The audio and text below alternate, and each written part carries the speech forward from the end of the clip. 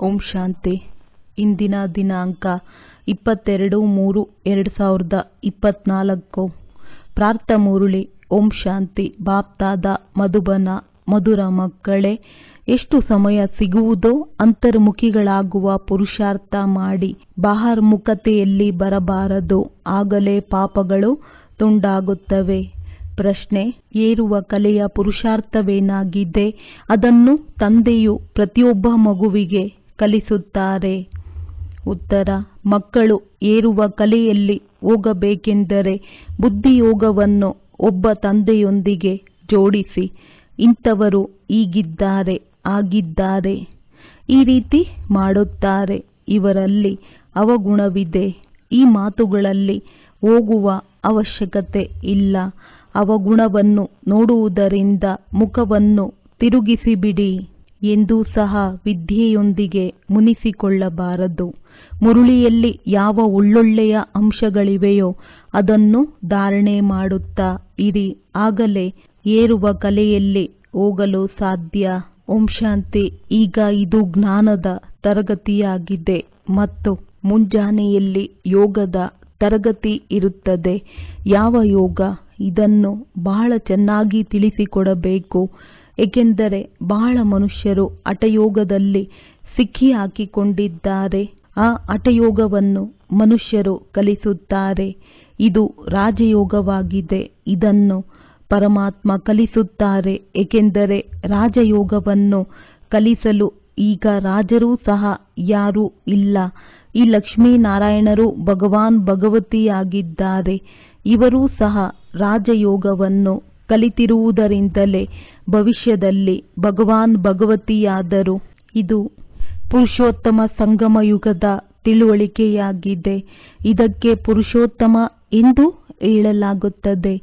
ಹಳೆಯ ಮತ್ತು ಹೊಸ ಪ್ರಪಂಚದ ನಡುವಿನ ಸಮಯ. ಹಳೆಯ ಮನುಷ್ಯರು ಮತ್ತು ಹೊಸ ದೇವತೆಗಳು. ಈ ಸಮಯದಲ್ಲಿ ಎಲ್ಲ ಮನುಷ್ಯರು ಹಳಬರಾಗಿದ್ದಾರೆ. ಹೊಸ ಪ್ರಪಂಚದಲ್ಲಿ ಹೊಸ ಆತ್ಮಗಳು. ಈ ಸಮಯದಲ್ಲಿ ಎಲ್ಲ ಮನುಷ್ಯರು ಹಳಬರಾಗಿದ್ದಾರೆ. ಹೊಸ ಪ್ರಪಂಚದಲ್ಲಿ ಹೊಸ ಆತ್ಮಗಳು ದೇವತೆಗಳಾಗುತ್ತಾರೆ. ಅಲ್ಲಿ ಮನುಷ್ಯರು ಎಂದು ಹೇಳುವುದಿಲ್ಲ. ಬಲೆ ಮನುಷ್ಯರಿರುತ್ತಾರೆ, ಆದರೆ ದೈವಿ ಗುಣವುಳ್ಳವರಾಗಿರುತ್ತಾರೆ. ಆದ್ದರಿಂದ ದೇವಿ ದೇವತೆಗಳೆಂದು ಕರೆಯಲಾಗುತ್ತದೆ. ಪವಿತ್ರರೂ ಆಗಿರುತ್ತಾರೆ. ತಂದೆಯು ಮಕ್ಕಳಿಗೆ ತಿಳಿಸುತ್ತಾರೆ, ಕಾಮ ಮಹಾಶತ್ರುವಾಗಿದೆ. ಈ ರಾವಣನು ಮೊಟ್ಟ ಮೊದಲ ಭೂತವಾಗಿದೆ. ಕೆಲವರು ಬಹಳ ಕ್ರೋಧ ಮಾಡುತ್ತಾರೆಂದರೆ ಹೇಳಲಾಗುತ್ತದೆ, ಭೌಭೌ ಏಕೆ ಮಾಡುತ್ತೀರಿ? ಈ ಎರಡು ವಿಕಾರಗಳು ಬಹಳ ದೊಡ್ಡ ಶತ್ರುಗಳಾಗಿವೆ. ಲೋಭ ಮೋಹಕ್ಕೆ ಭೌಭೌ ಎಂದು ಹೇಳುವುದಿಲ್ಲ. ಮನುಷ್ಯರು ವಿಜ್ಞಾನದ ಅಹಂನ ಕಾರಣ ಕ್ರೋಧವು ಎಷ್ಟೊಂದಿದೆ. ಇದು ಸಹ ಬಹಳ ನಷ್ಟಗೊಳಿಸುವಂತದ್ದಾಗಿದೆ. ಕಾಮದ ಭೂತ ಆದಿ ಮಧ್ಯ ಅಂತ್ಯದಲ್ಲಿ ದುಃಖ ಕೊಡುವಂತದ್ದಾಗಿದೆ. ಒಬ್ಬರು ಇನ್ನೊಬ್ಬರ ಮೇಲೆ ಕಾಮ ಕಟಾರಿಯನ್ನು ನಡೆಸುತ್ತಿರುತ್ತಾರೆ. ಇದೆಲ್ಲ ಮಾತುಗಳು ತಿಳಿದ ನಂತರ ಅನ್ಯರಿಗೂ ತಿಳಿಸಬೇಕಾಗಿದೆ. ನಿಮ್ಮ ವಿನಃ ತಂದೆಯಿಂದ ಆಸ್ತಿಯನ್ನು ತೆಗೆದುಕೊಳ್ಳುವ ಸತ್ಯ ಮಾರ್ಗವು ಬೇರೆ ಯಾರೂ ತಿಳಿಸಲು ಸಾಧ್ಯವಿಲ್ಲ. ನೀವು ಮಕ್ಕಳೇ ತಿಳಿದುಕೊಳ್ಳಲು ಸಾಧ್ಯ. ಬೇಅದ್ದಿನ ತಂದೆಯಿಂದ ಇಷ್ಟು ಶ್ರೇಷ್ಠತೆಯು ಹೇಗೆ ಸಿಗುತ್ತದೆ? ಯಾರಿಗೆ ಅನ್ಯರಿಗೆ ತಿಳಿಸಲು ಸಾಧ್ಯವಿಲ್ಲವೋ ಆಗ ಅವಶ್ಯವಾಗಿ ವಿದ್ಯೆಯ ಮೇಲೆ ಗಮನವಿಡುವುದಿಲ್ಲ. ಬುದ್ಧಿಯೋಗವು ಎಲ್ಲೆಲ್ಲಿಗೋ ಅಲೆಯುತ್ತದೆ. ಯುದ್ಧದ ಮೈದಾನವಾಗಿದೆಯಲ್ಲವೇ? ಸಹಜ ಮಾತೆಂದು ತಿಳಿಯಬೇಡಿ. ಮನಸ್ಸಿನ ಬಿರುಗಾಳಿಗಳು ಅಥವಾ ವಿಕಲ್ಪಗಳು ಇಷ್ಟವಿಲ್ಲದಿದ್ದರೂ ಸಹ ಬಹಳ ಬರುತ್ತದೆ. ಇದರಲ್ಲಿ ತಬ್ಬಿಬ್ಬಾಗಬಾರದು. ಯೋಗ ಬಲದಿಂದಲೂ ಮಾಯೆಯು ಓಡಿ ಹೋಗುತ್ತದೆ. ಇದರಲ್ಲಿ ಪುರುಷಾರ್ಥ ಬಹಳ ಇದೆ. ಉದ್ಯೋಗ ವ್ಯವಹಾರಗಳಲ್ಲಿ ಬಹಳ ಸುಸ್ತಾಗಿ ಬಿಡುತ್ತಾರೆ, ಏಕೆಂದರೆ ದೇಹಾಭಿಮಾನದಲ್ಲಿರುತ್ತಾರೆ. ದೇಹಾಭಿಮಾನದ ಕಾರಣ ಬಹಳ ಮಾತನಾಡಬೇಕಾಗುತ್ತದೆ. ಆದ್ದರಿಂದ ದೇಹಿ ಅಭಿಮಾನಿಯಾಗಿ ಎಂದು ತಂದೆಯು ತಿಳಿಸುತ್ತಾರೆ. ದೇಹಿ ಅಭಿಮಾನಿಯಾಗಿರುವುದರಿಂದ ತಂದೆಯು ಏನನ್ನು ತಿಳಿಸುತ್ತಾರೆಯೋ ಅದನ್ನೇ ಅನ್ಯರಿಗೆ ತಿಳಿಸುತ್ತೀರಿ. ತಮ್ಮನ್ನು ಆತ್ಮನೆಂದು ತಿಳಿದು ತಂದೆಯನ್ನು ನೆನಪು ಮಾಡಿ. ತಂದೆಯೇ ಶಿಕ್ಷಣ ಕೊಡುತ್ತಾರೆ, ಮಕ್ಕಳೇ ಬಹಿರ್ಮುಖಿಯಾಗಬೇಡಿ, ಅಂತರ್ಮುಖಿಯಾಗಿರಿ. ಬಲೆ ಎಲ್ಲಿಯಾದರೂ ಬಹಿರ್ಮುಖಿಯಾಗಬೇಕಾಗಿ ಬಂದರೂ ಸಮಯ ಸಿಕ್ಕಿದಾಗ ಪ್ರಯತ್ನಪಟ್ಟು ಅಂತರ್ಮುಖಿಯಾಗಬೇಕು. ಆಗಲೇ ಪಾಪವು ಕಳೆಯುತ್ತದೆ. ಇಲ್ಲವೆಂದರೆ ಪಾಪವು ಕಳೆಯುವುದಿಲ್ಲ, ಶ್ರೇಷ್ಠ ಪದವಿಯನ್ನು ಪಡೆಯುವುದಿಲ್ಲ. ಜನ್ಮ ಜನ್ಮಾಂತರದ ಪಾಪವು ತಲೆಯ ಮೇಲಿದೆ. ಎಲ್ಲರಿಗಿಂತ ಹೆಚ್ಚಿನ ಪಾಪವು ಬ್ರಾಹ್ಮಣರದ್ದಾಗಿದೆ. ಅದರಲ್ಲಿಯೂ ನಂಬರ್ ವಾರ್ ಇದೆ. ಯಾರು ಬಹಳ ಶ್ರೇಷ್ಠರಾಗುತ್ತಾರೆಯೋ ಅವರು ನೀಚರೂ ಆಗಿದ್ದಾರೆ. ಯಾರು ರಾಜಕುಮಾರನಾಗುತ್ತಾರೆಯೋ ಅವರೇ ಮತ್ತೆ ಭಿಕಾರಿಯೂ ಆಗಬೇಕಾಗಿದೆ. ಅಂದಾಗ ನಾಟಕವನ್ನು ಬಹಳ ಚೆನ್ನಾಗಿ ಅರಿತುಕೊಳ್ಳಬೇಕು. ಯಾರು ಮೊದಲು ಬಂದಿದ್ದಾರೆಯೋ ಅವರೇ ಅಂತ್ಯದಲ್ಲಿ ಬರುತ್ತಾರೆ. ಯಾರು ಮೊದಲು ಪಾವನರಾಗುತ್ತಾರೆಯೋ ಅವರೇ ಮೊದಲು ಪತಿತರಾಗುತ್ತಾರೆ. ತಂದೆಯು ತಿಳಿಸುತ್ತಾರೆ, ನಾನು ಸಹ ಇವರ ಅನೇಕ ಜನ್ಮಗಳ ಅಂತ್ಯದಲ್ಲಿ ಅದೂ ಸಹ ವಾನಪ್ರಸ್ಥ ಸ್ಥಿತಿಯಲ್ಲಿ ಬರುತ್ತೇನೆ. ಈ ಸಮಯದಲ್ಲಿ ಹಿರಿಯರು ಕಿರಿಯರು ಎಲ್ಲರದ್ದೂ ವಾನಪ್ರಸ್ಥ ಸ್ಥಿತಿಯಾಗಿದೆ. ತಂದೆಗೆ ಸರ್ವರ ಸದ್ಗತಿ ದಾತ ಎಂದು ಗಾಯನವಿದೆ. ಸದ್ಗತಿಯಾಗುವುದೇ ಪುರುಷೋತ್ತಮ ಸಂಗಮದಲ್ಲಿ. ಆದ್ದರಿಂದ ಈ ಪುರುಷೋತ್ತಮ ಸಂಗಮ ಯುಗವನ್ನು ನೆನಪಿಟ್ಟುಕೊಳ್ಳಬೇಕು. ಹೇಗೆ ಮನುಷ್ಯರಿಗೆ ಕಲಿಯುಗವೂ ನೆನಪಿದೆ, ಸಂಗಮ ಯುಗವೂ ನಿಮಗಷ್ಟೇ ನೆನಪಿದೆ. ನಿಮ್ಮಲ್ಲಿಯೂ ನಂಬರ್ ವಾರ್ ಅನೇಕರಿಗೆ ತಮ್ಮ ಉದ್ಯೋಗ ವ್ಯವಹಾರವೇ ನೆನಪಿರುತ್ತದೆ. ಹೊರಗಿನಿಂದ ಬುದ್ಧಿಯೋಗವನ್ನು ತೆಗೆದಾಗ ಧಾರಣೆಯೂ ಆಗುತ್ತದೆ, ಅರ್ಥಾತ್ ತಂದೆಯ ಕಡೆ ಮುಖವಿರಲಿ. ಅಂತ್ಯಕಾಲದಲ್ಲಿ ಯಾರು ಸ್ತ್ರೀ ಸ್ಮರಣೆ ಮಾಡಿದರು ಎಂದೂ ಸಹ ಒಂದು ಗಾದೆ ಮಾತಿದೆ. ಒಳ್ಳೊಳ್ಳೆಯ ಗೀತೆ ಮತ್ತು ಶ್ಲೋಕಗಳು ನಮ್ಮ ಜ್ಞಾನಕ್ಕೆ ಸಂಬಂಧಪಟ್ಟಿರುತ್ತದೆಯೋ ಅವನ್ನು ತಮ್ಮ ಬಳಿ ಇಟ್ಟುಕೊಳ್ಳಬೇಕು. ಹೇಗೆ ಚೀಚಿ ಪ್ರಪಂಚದಿಂದ ಹೋಗಲೇಬೇಕಾಗಿದೆ. ಎರಡನೆಯದಾಗಿ ನಯನಹೀನರಿಗೆ ದಾರಿ ತೋರಿಸು ಪ್ರಭು. ಇಂತಹ ಗೀತೆಗಳನ್ನು ತಮ್ಮ ಬಳಿ ಇಟ್ಟುಕೊಳ್ಳಬೇಕು. ಇವನ್ನು ರಚಿಸಿರುವುದಂತೂ ಮನುಷ್ಯರೇ, ಆದರೆ ಅವರಿಗೆ ಈ ಸಂಗಮಯುಗದ ಬಗ್ಗೆ ಗೊತ್ತೇ ಇಲ್ಲ. ಈ ಸಮಯದಲ್ಲಿ ಎಲ್ಲರೂ ಜ್ಞಾನದ ನೇತ್ರವಿಲ್ಲದೆ ಕುರುಡರಾಗಿದ್ದಾರೆ. ಯಾವಾಗ ಪರಮಾತ್ಮ ಬಂದರು ಆಗ ದಾರಿ ತೋರಿಸಿದರು. ಅಂದ ಮೇಲೆ ಕೇವಲ ಒಬ್ಬರಿಗೆ ತೋರಿಸುವುದಿಲ್ಲ. ಇದು ಅವರ ಶಿವಶಕ್ತಿ ಸೇನೆಯಾಗಿದೆ. ಈ ಸೇನೆಯು ಏನು ಮಾಡುತ್ತದೆ? ಶ್ರೀಮತದನುಸಾರ ಹೊಸ ಪ್ರಪಂಚದ ಸ್ಥಾಪನೆ. ನೀವು ಸಹ ರಾಜಯೋಗವನ್ನು ಕಲಿಯುತ್ತೀರಿ. ಇದನ್ನು ಭಗವಂತನ ವಿನಃ ಯಾರೂ ತಿಳಿಸಲು ಸಾಧ್ಯವಿಲ್ಲ. ಭಗವಂತ ನಿರಾಕಾರನಾಗಿದ್ದಾರೆ. ಅವರಿಗೆ ತಮ್ಮ ಶರೀರವಿಲ್ಲ. ಉಳಿದಂತೆ ಎಲ್ಲರೂ ಶರೀರಧಾರಿಗಳಾಗಿದ್ದಾರೆ. ಸರ್ವಶ್ರೇಷ್ಠನು ಒಬ್ಬ ತಂದೆಯೇ ಆಗಿದ್ದಾರೆ. ಅವರೇ ನಿಮಗೆ ಓದಿಸುತ್ತಾರೆ. ಇದಂತೂ ನಿಮಗೆ ಗೊತ್ತಿದೆ. ನಿಮ್ಮಲ್ಲಿಯೂ ಸಹ ನಂಬರ್ ವಾರ್ ಇದ್ದಾರೆ. ಆದ್ದರಿಂದ ನೀವು ಎಚ್ಚರಿಕೆ ನೀಡಬೇಕು. ದೊಡ್ಡ ದೊಡ್ಡ ಪತ್ರಿಕೆಗಳಲ್ಲಿ ಹಾಕಬೇಕು. ಮನುಷ್ಯರು ಯಾವ ಯೋಗವನ್ನು ಕಲಿಸುತ್ತಾರೆಯೋ ಅದು ಹಠಯೋಗವಾಗಿದೆ. ರಾಜಯೋಗವನ್ನು ಒಬ್ಬ ಪರಂಪಿತ ಪರಮಾತ್ಮ ತಂದೆಯೇ ತಿಳಿಸುತ್ತಾರೆ. ಅದರಿಂದ ಮುಕ್ತಿ ಜೀವನ್ಮುಕ್ತಿಯು ಸಿಗುತ್ತದೆ. ಹಠಯೋಗದಿಂದ ಎರಡೂ ಸಿಗುವುದಿಲ್ಲ. ಅದು ಹಠಯೋಗವಾಗಿದೆ. ಪರಂಪರೆಯಿಂದ ನಡೆದು ಬರುತ್ತದೆ. ಹಳೆಯದಾಗಿದೆ. ಈ ರಾಜಯೋಗವನ್ನು ಕೇವಲ ಸಂಗಮ ಯುಗದಲ್ಲಿಯೇ ತಂದೆಯು ಕಲಿಸುತ್ತಾರೆ. ತಂದೆಯು ತಿಳಿಸಿದ್ದಾರೆ, ಭಾಷಣ ಮಾಡುವಾಗ ಅದರ ಅಂಶಗಳನ್ನು ರಚಿಸಬೇಕು. ಆದರೆ ಹೀಗೆ ಮಾಡುವುದೇ ಇಲ್ಲ. ಶ್ರೀಮತದಂತೆ ನಡೆಯುವವರು ಬಹಳ ಕಡಿಮೆ. ಮೊದಲು ಭಾಷಣವನ್ನು ಬರೆದು ಪಕ್ಕಾ ಮಾಡಿಕೊಳ್ಳಿ, ಆಗ ನೆನಪಿರುತ್ತದೆ. ನೀವಂತೂ ಸರಾಗವಾಗಿ ಭಾಷಣ ಮಾಡಬೇಕು, ಓದಿ ತಿಳಿಸುವುದಿಲ್ಲ. ವಿಚಾರಸಾಗರ ಮಂಥನ ಮಾಡುವ ಶಕ್ತಿಯು ಯಾರು ತಮ್ಮನ್ನು ಆತ್ಮನೆಂದು ತಿಳಿದು ಮಾತನಾಡುತ್ತಾರೆಯೋ ಅವರಲ್ಲಿ ಇರುತ್ತದೆ. ನಾವು ನಮ್ಮ ಸಹೋದರರಿಗೆ ತಿಳಿಸುತ್ತೇವೆ ಎಂದು ತಿಳಿಯುವುದರಿಂದ ಶಕ್ತಿ ಬರುತ್ತದೆ. ಇದು ಉನ್ನತ ಗುರಿಯಾಗಿದೆಯಲ್ಲವೇ? ಪ್ರತಿಜ್ಞೆ ಮಾಡುವುದು ಚಿಕ್ಕಮ್ಮನ ಮನೆಯಂತಲ್ಲ. ನೀವು ಎಷ್ಟು ಶಕ್ತಿಶಾಲಿಗಳಾಗುತ್ತೀರೋ ಅಷ್ಟೇ ಮಾಯೆಯ ಯುದ್ಧವು ನಡೆಯುತ್ತದೆ. ಅಂಗದ ಹಾಗೂ ಮಹಾವೀರನು ಶಕ್ತಿಶಾಲಿಯಾಗಿದ್ದರು. ಆದ್ದರಿಂದಲೇ ರಾವಣನೂ ಸಹ ನಮ್ಮನ್ನು ಅಲುಗಾಡಿಸಿ ತೋರಿಸಲಿ ಎಂದು ಹೇಳಿದರು. ಅಂದರೆ ಸ್ಥೂಲ ಮಾತುಗಳಲ್ಲ, ಶಾಸ್ತ್ರಗಳಲ್ಲಿ ದಂತಕಥೆಗಳಿವೆ. ಈ ಕಿವಿಗಳು ಪರಮಾತ್ಮ ತಂದೆಯ ಶ್ರೇಷ್ಠ ಜ್ಞಾನವನ್ನು ಕೇಳುವಂತಹವಾಗಿದ್ದವು. ಅವು ದಂತಕಥೆಗಳನ್ನು ಕೇಳಿ ಕೇಳಿ ಕಲ್ಲಿನ ಸಮಾನವಾಗಿದೆ. ಭಕ್ತಿ ಮಾರ್ಗದಲ್ಲಿ ತಲೆ ಭಾಗಿಸಿ ಭಾಗಿಸಿ ಹಣೆಯನ್ನು ಸವೆಸಿದಿರಿ, ಹಣವನ್ನು ಕಳೆದುಕೊಂಡಿರಿ, ಏಣಿಯನ್ನು ಕೆಳಗಿಳಿಯುತ್ತಲೇ ಬಂದಿದ್ದೀರಿ. 84 ಜನ್ಮಗಳ ಕಥೆಯೂ ಇದೆಯಲ್ಲವೇ? ಯಾರೆಲ್ಲರೂ ಭಕ್ತಿ ಮಾಡಿದ್ದಾರೆ ಅವರು ಕೆಳಗಿಳಿದಿದ್ದಾರೆ. ಈಗ ತಂದೆಯು ಮೇಲೇರುವುದನ್ನು ಕಲಿಸುತ್ತಾರೆ. ಈಗ ನಿಮ್ಮದ್ದು ಏರುವ ಕಲೆಯಾಗಿದೆ. ಒಂದು ವೇಳೆ ಬುದ್ಧಿಯೋಗವನ್ನು ತಂದೆಯ ಜೊತೆ ಜೋಡಿಸುವುದಿಲ್ಲವೆಂದರೆ ಅವಶ್ಯವಾಗಿ ಕೆಳಗಿಳಿಯುತ್ತೀರಿ. ತಂದೆಯನ್ನು ನೆನಪು ಮಾಡುತ್ತೀರೆಂದರೆ ಮೇಲೇರುತ್ತೀರಿ. ಬಹಳ ಪರಿಶ್ರಮವಿದೆ. ಆದರೆ ಮಕ್ಕಳು ಹುಡುಗಾಟಿಕೆ ಮಾಡುತ್ತಾರೆ. ವ್ಯವಹಾರದಲ್ಲಿ ಹೋಗಿ ತಂದೆ ಮತ್ತು ಜ್ಞಾನವನ್ನೇ ಮರೆತು ಹೋಗುತ್ತಾರೆ. ಮಾಯೆಯು ಬಿರುಗಾಳಿಯನ್ನು ತರುತ್ತದೆ. ಇವರು ಹೀಗಿದ್ದಾರೆ, ಹೀಗೆ ಮಾಡುತ್ತಾರೆ, ಈ ಬ್ರಾಹ್ಮಣಿಯೂ ಹೀಗಿದ್ದಾರೆ, ಇವರಲ್ಲಿ ಈ ಅವಗುಣವಿದೆ ಎಂದು ನೋಡುತ್ತಾ ಹೋಗುತ್ತಾರೆ. ಆದರೆ ಇದರಲ್ಲಿ ನಿಮ್ಮದೇನು ಹೋಗುತ್ತದೆ? ಸರ್ವಗುಣ ಸಂಪನ್ನರಂತೂ ಯಾರೂ ಆಗಿಲ್ಲ. ಯಾರ ಅವಗುಣವನ್ನು ನೋಡದೆ ಗುಣಗ್ರಹಣ ಮಾಡಿ ಅವಗುಣ ನೋಡುವುದರಿಂದ ಮುಖವನ್ನು ತಿರುಗಿಸಿಕೊಳ್ಳಿ.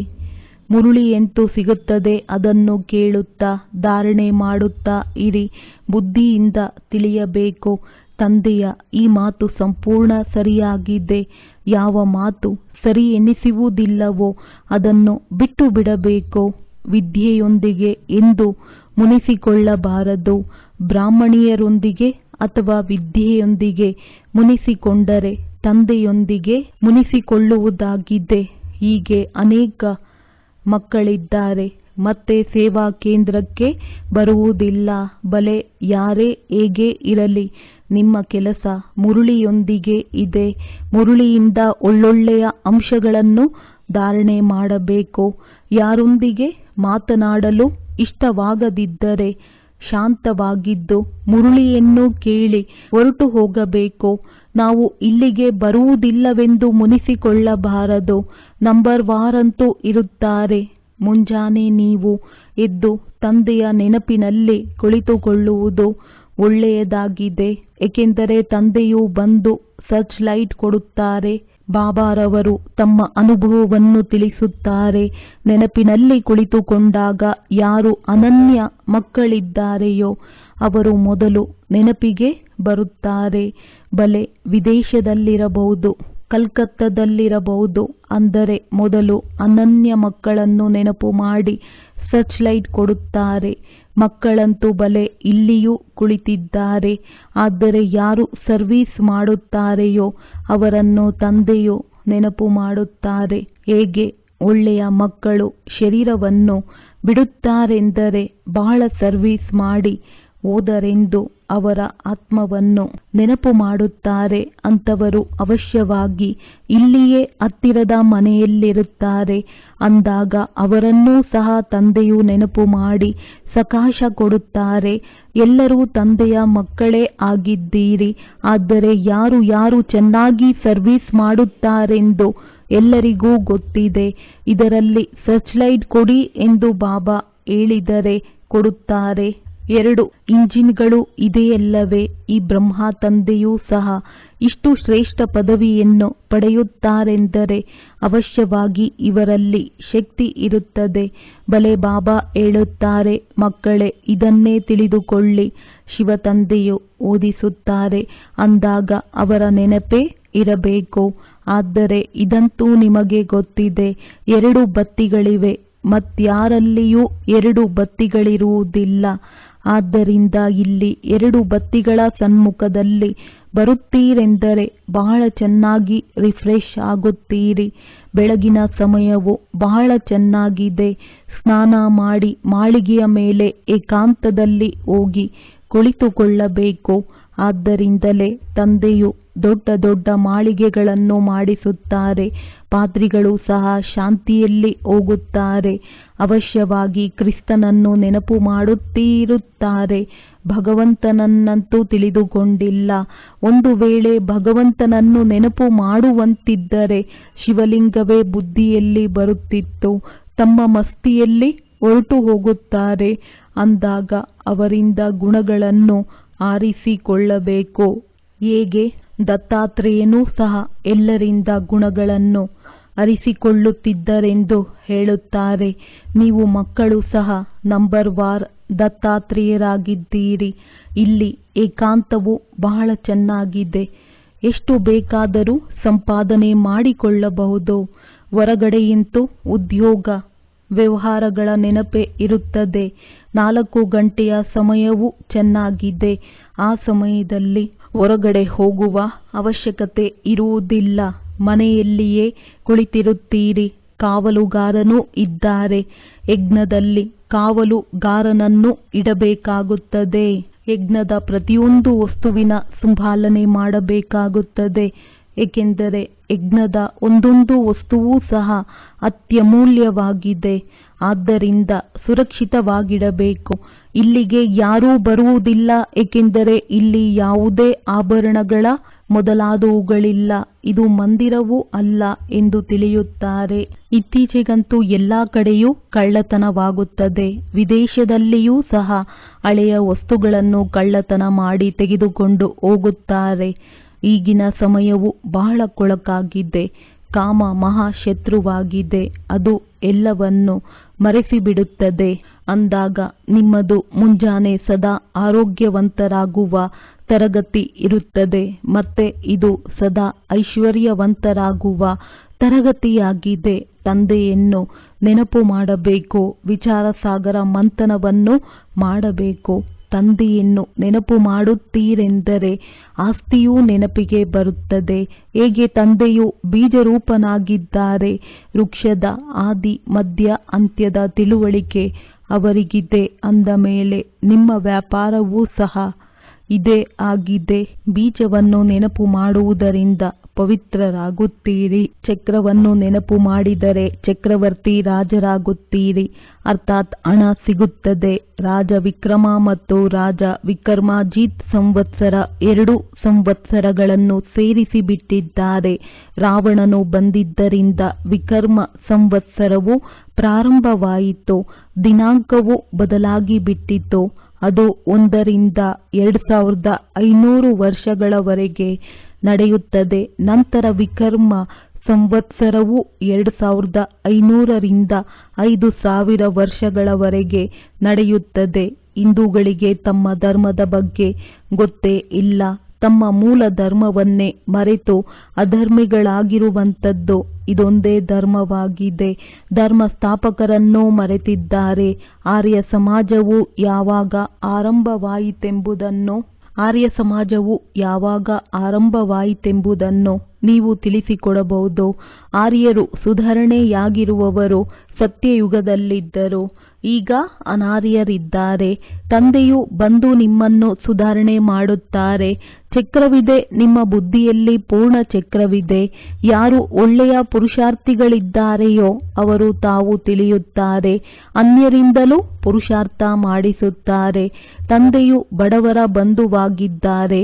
ಅಂದ ಮೇಲೆ ಗ್ರಾಮಸ್ಥರಿಗೆ ಸಂದೇಶ ಕೊಡಬೇಕಾಗಿದೆ. ಇದಕ್ಕೆ 6 ಚಿತ್ರಗಳೇ ಸಾಕು. 84ರ ಚಕ್ರದ ಚಿತ್ರವು ಬಹಳ ಚೆನ್ನಾಗಿದೆ. ಇದರ ಬಗ್ಗೆ ಚೆನ್ನಾಗಿ ತಿಳಿಸಿ. ಆದರೆ ಮಾಯೆಯು ಇಷ್ಟು ಶಕ್ತಿಶಾಲಿಯಾಗಿದೆ. ಅದು ಎಲ್ಲವನ್ನೂ ಮರೆಸಿಬಿಡುತ್ತದೆ. ಇಲ್ಲಿ 2 ದೀಪಗಳು ಒಟ್ಟಿಗೆ ಇದ್ದಾರೆ.